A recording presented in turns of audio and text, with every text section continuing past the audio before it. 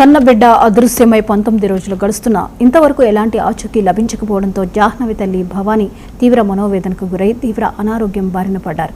కంటి ముందే తిరిగిన కూతురు కనుచూపు మేరలో లేకపోవడం, రోజులు గడుస్తున్నా జాడ తెలియకపోవడంతో ఆమె శారీరకంగా మానసికంగా పూర్తిగా క్షీణించిపోయారు. బిడ్డ కోసం నిరంతరం రోధిస్తూ అన్నపానీయాలు మానేయడంతో భవానీ ఆరోగ్యం ఒక్కసారిగా విషమించింది.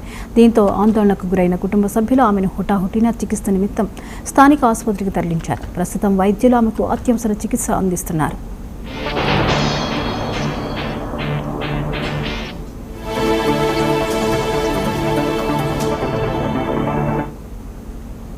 మరోవైపు అదృశ్యమైన జాహ్నవి ఆచూకీ కోసం పోలీసు అధికారులు ప్రత్యేక బృందాలు గాలింపు చర్యలను ముమ్మరంగా కొనసాగిస్తూనే ఉన్నాయి.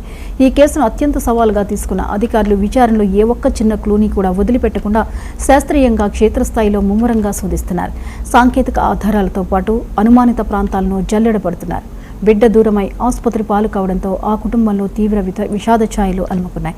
ఎన్ని రోజులు గడిచినా ఎలాంటి పరిస్థితులు ఎదురైనా తమ నమ్మకాన్ని మాత్రం కుటుంబ సభ్యులు కోల్పోవడం లేదు.